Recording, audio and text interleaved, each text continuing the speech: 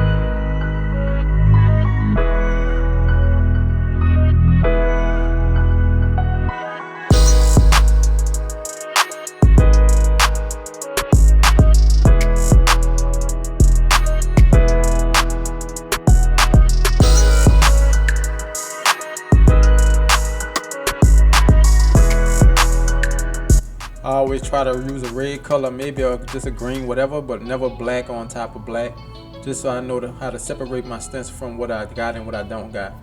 So as we almost approaching the finishing of this stencil, as you see I got it down, I get the stencil ready.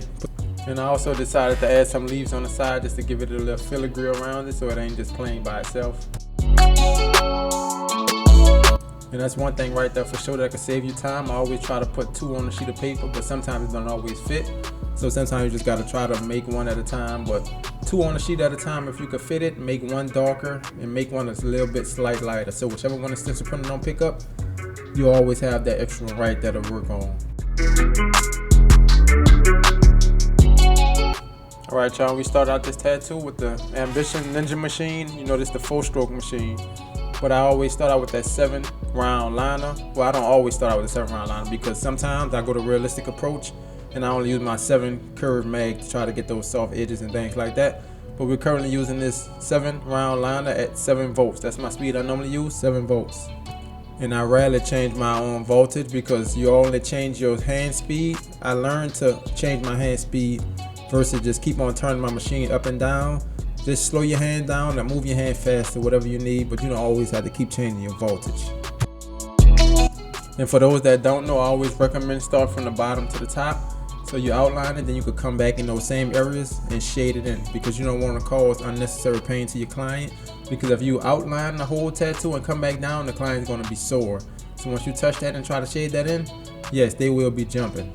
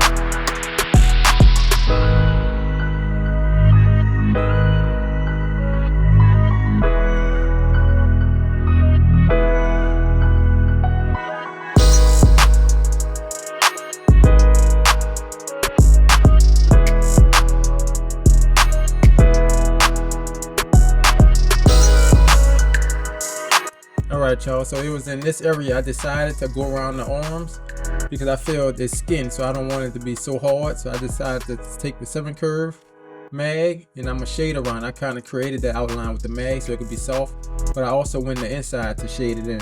I figured because it's skin, I want to keep that realistic approach on that skin.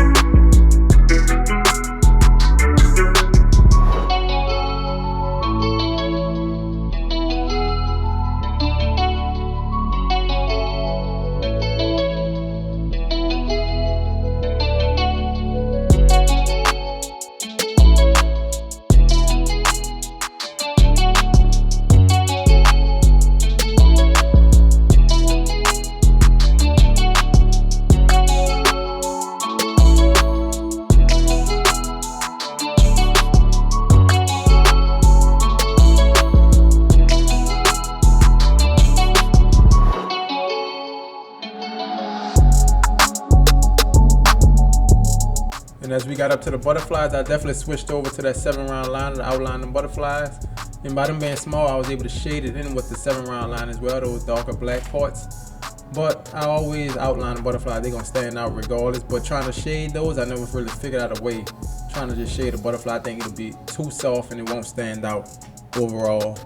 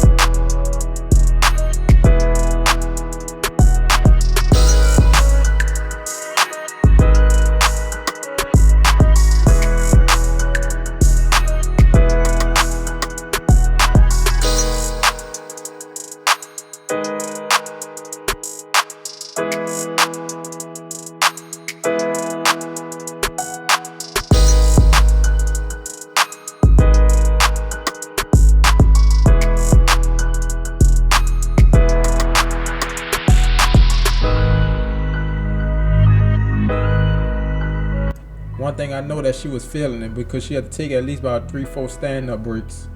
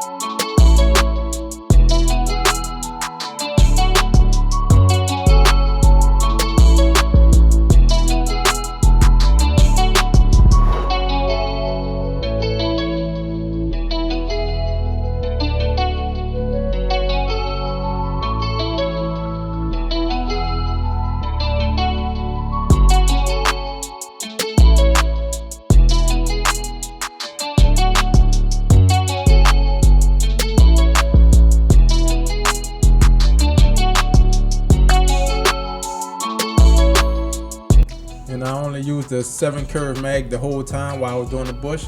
The reason why I used the 7 curve mag the whole time because I wanted some of that texture, like make it look like curls in the bush. You don't want to just color in the bush straight black. That'll make your tattoo so flat. But if that's what you're going, the clip art style, then go ahead straight black. But if you're trying to go with a realistic approach, you want to definitely leave some textures in that hair.